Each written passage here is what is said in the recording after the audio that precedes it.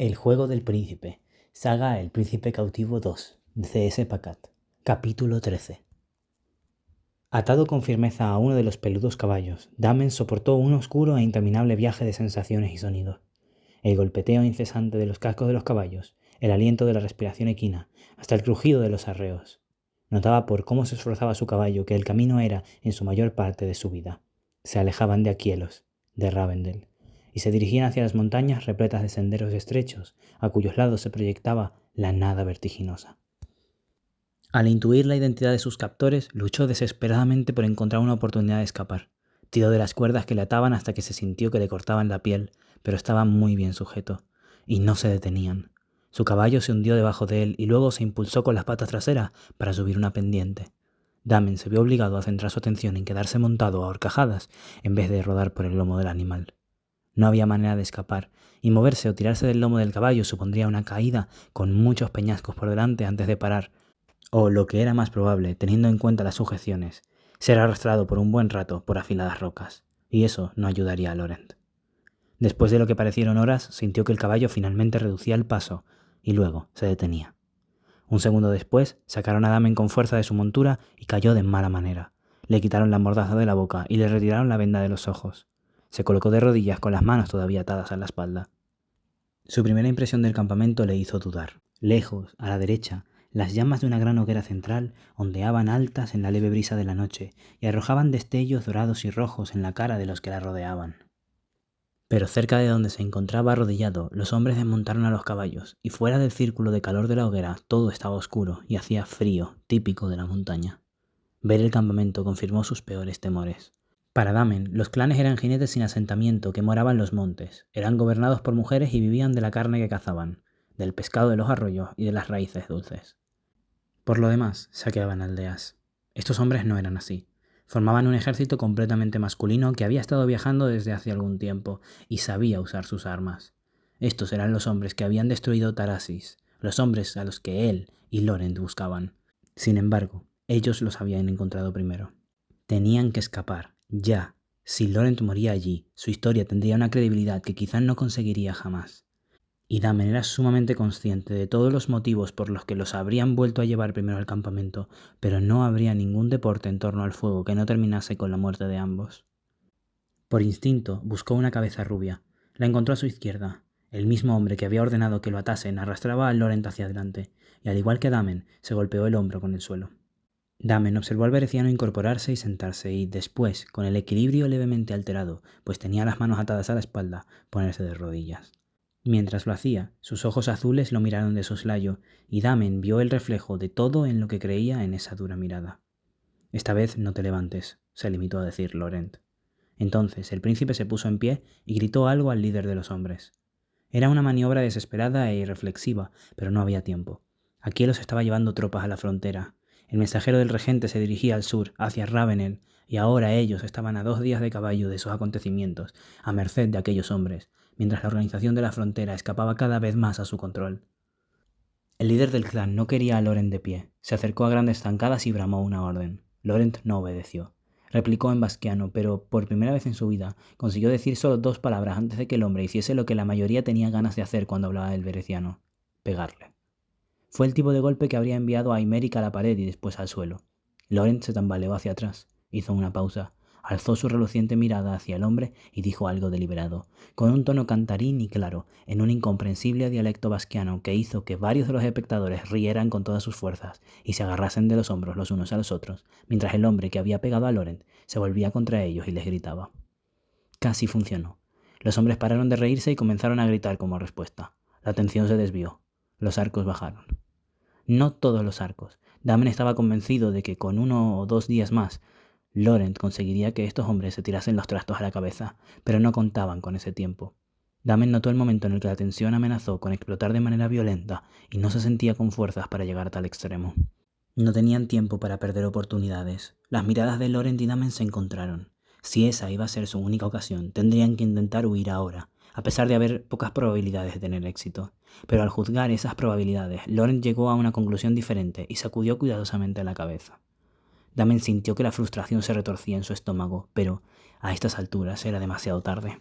El líder del clan había parado y toda su atención se dirigía ahora hacia Laurent, que estaba solo y era vulnerable. Su cabello rubio destacaba pese a la falta de luz en el espacio oscuro, cerca de los caballos, lejos del área principal del campamento y de su hoguera central. No iba a ser un único golpe en esa ocasión. Damen lo supo por el modo en el que el líder del clan se acercó. Laurent estaba a punto de recibir una terrible paliza. Se oyó una orden áspera y 2 hombres agarraron a Laurent, uno de cada hombro. Entrelazaron sus brazos con los de él, que permanecían atados en su espalda. El príncipe bereciano ni siquiera intentó que los hombres lo soltaran y tampoco intentó zafarse de sus manos. Solo esperó lo que estaba a punto de ocurrir con el cuerpo tenso. El líder del clan se le acercó mucho, demasiado para pegarle, lo bastante para respirar su aire cuando deslizó las manos despacio por su cuerpo. Damen se movió antes de darse cuenta. Escuchó los sonidos de impacto y resistencia. Sintió que le hervía la sangre. Sus facultades estaban destrozadas por la rabia. No pensaba con claridad.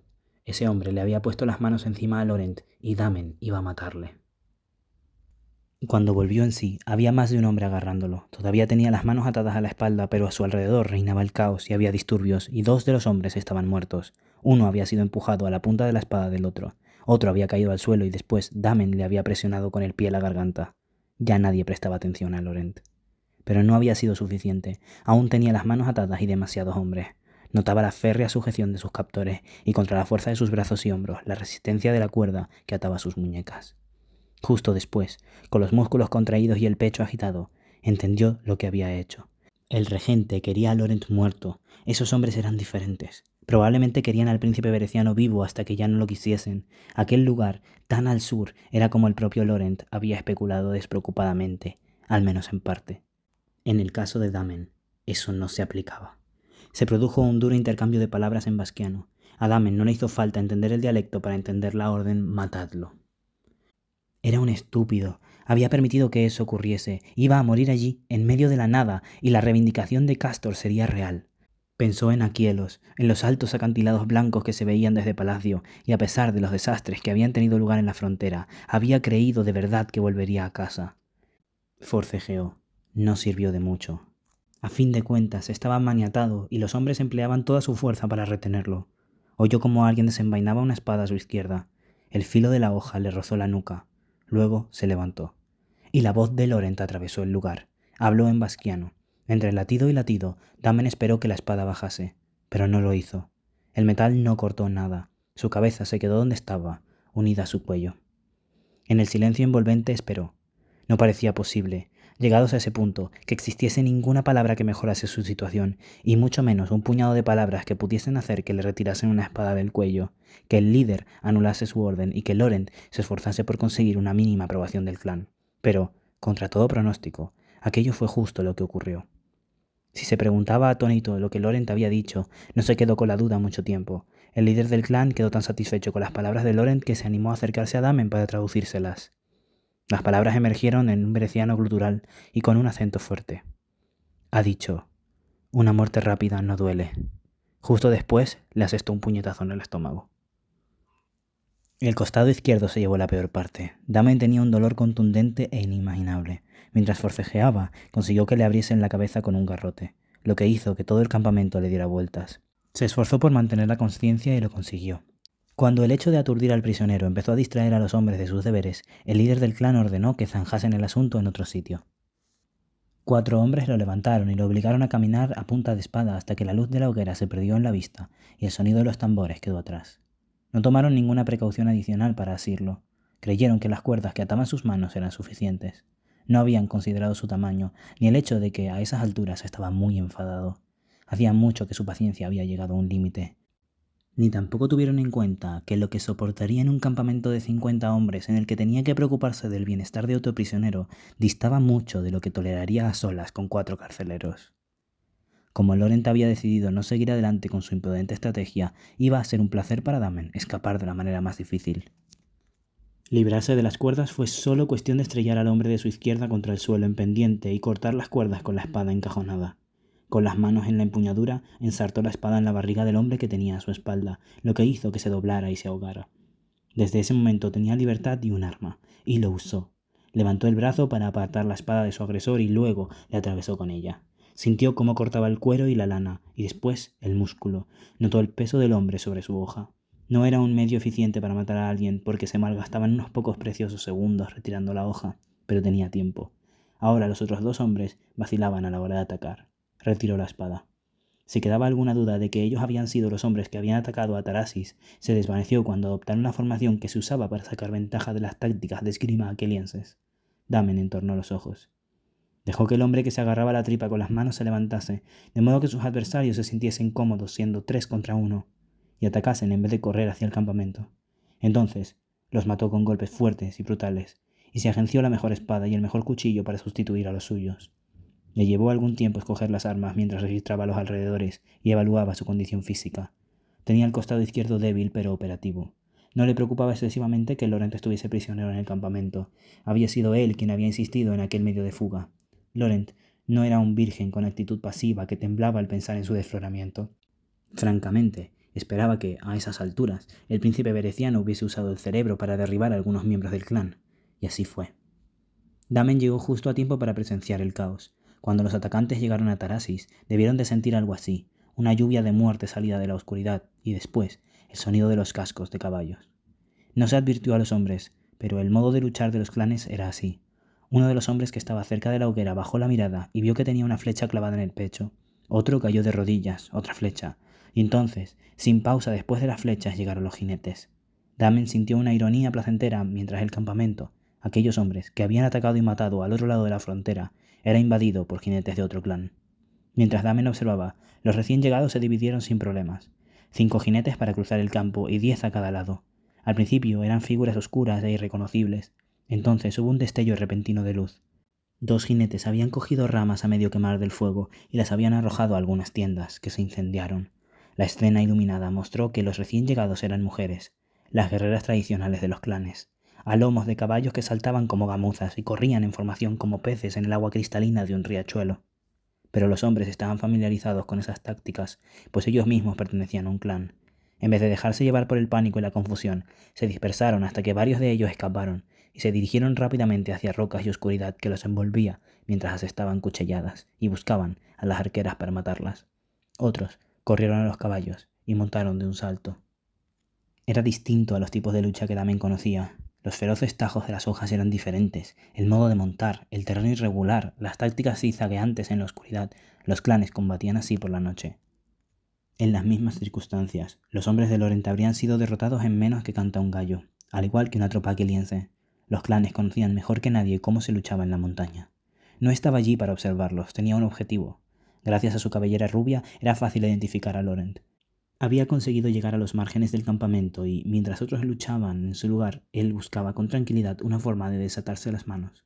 Damen salió de su escondite, lo agarró con firmeza y le dio la vuelta. Luego sacó el cuchillo y lo liberó.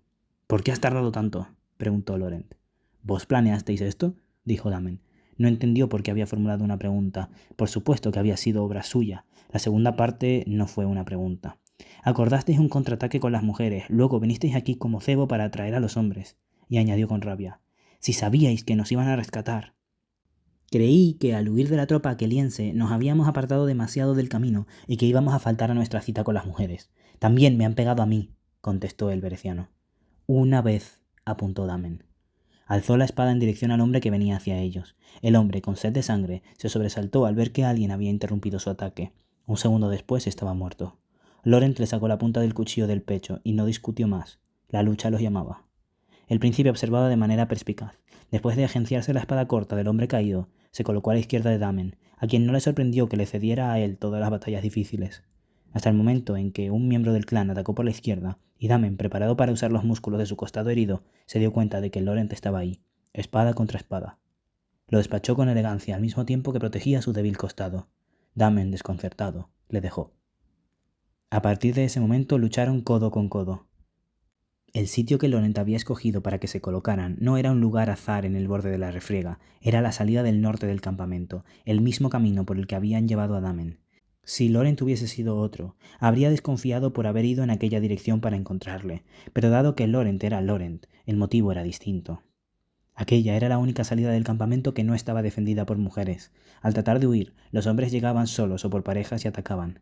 Era mejor para todos que ningún hombre escapase para contarle su historia al regente. Por eso lucharon juntos y obtuvieron buenos resultados. Funcionó, hasta que un hombre llegó galopando hacia ellos.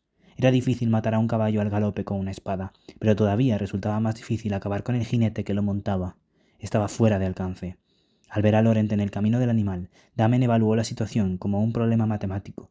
Agarró con el puño el dorso de la chaqueta de Laurent y lo apartó del camino de un tirón. El jinete fue abatido por una mujer, también a caballo, que cabalgaba veloz detrás de él. El hombre se desplomó hacia adelante en la silla, mientras su caballo aminoraba el paso y después se detuvo. A su alrededor, las tiendas se habían quemado casi por completo, pero había suficiente luz para ver que la victoria afloraba. La mitad de los hombres del campamento estaban muertos, la otra mitad se habían rendido. Rendido no era la palabra, habían sido sometidos uno a uno y los estaban atando como a prisioneros.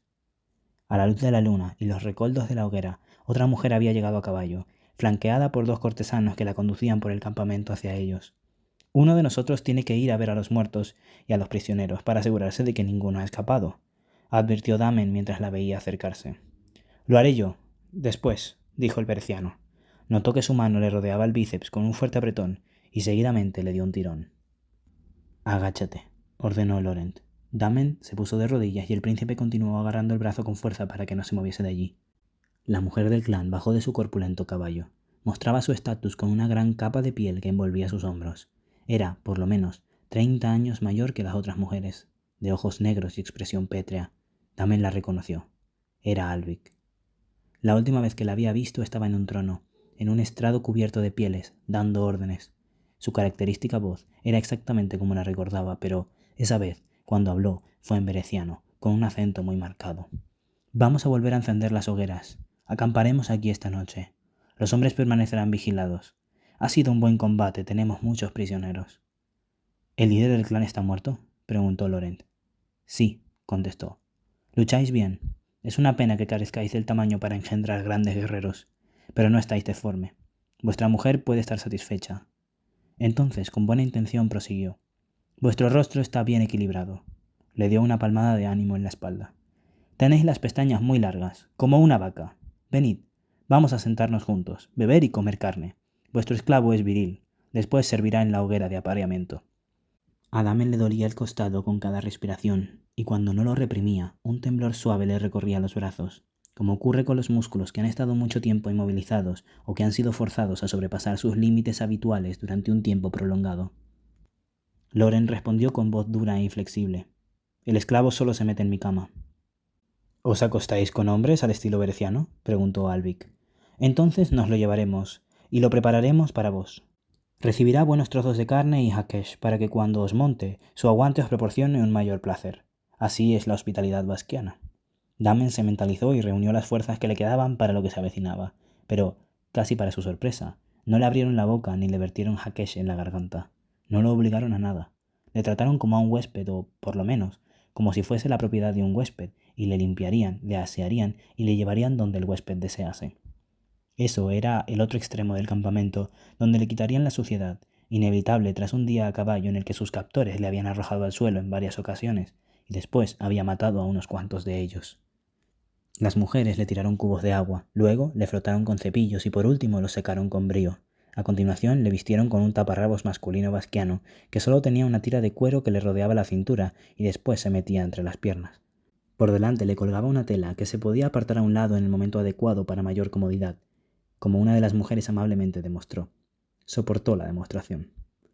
A esas alturas, el campamento estaba limpio y las tiendas recién levantadas parecían globos con un ligero brillo. A la luz de los candiles en el interior transformaba la tela de las tiendas en oro caliente. Los prisioneros fueron puestos bajo vigilancia, la hoguera se encendió de nuevo y se montó el estrado. Damen recibió comida en abundancia y con cortesía, también para su sorpresa. No era tan ingenuo como para creer que lo llevarían a la hoguera a revolcarse con Laurent. En todo caso, lo llevarían allí para ver cómo se las ingeniaba Laurent para escabullirse. Pero no le dirigieron a la hoguera, sino a una tienda baja. Le llenaron una jarra con hakesh y le pusieron una copa estrecha dentro de la tienda para que bebiese a su antojo. La mujer levantó la solapa de la tienda con la misma destreza que le había movido el taparrabos. Laurent no estaba allí. Le informaron de que se reuniría con él más tarde, pero el príncipe ya se había esfumado. Era una tienda muy pequeña, larga y baja. Su interior, íntimo, con muchas pieles, capas de gamuza y, por encima, pieles de zorro, curtidas y más suaves que el vientre de un conejo. Se trataba de una hospitalidad pensada para complacer a los hombres. En el suelo estaba la jarra de hakesh, otra con agua, un farol gigante y 3 frascos que contenían aceites que no eran para el farol. Al entrar, Damen tomó asiento, aunque solo le sobraban unos 30 centímetros por encima de la cabeza. Si se hubiese puesto de pie, se habría llevado la tienda con él. Como no tenía otra cosa que hacer, se tumbó sobre las pieles con su minúscula prenda.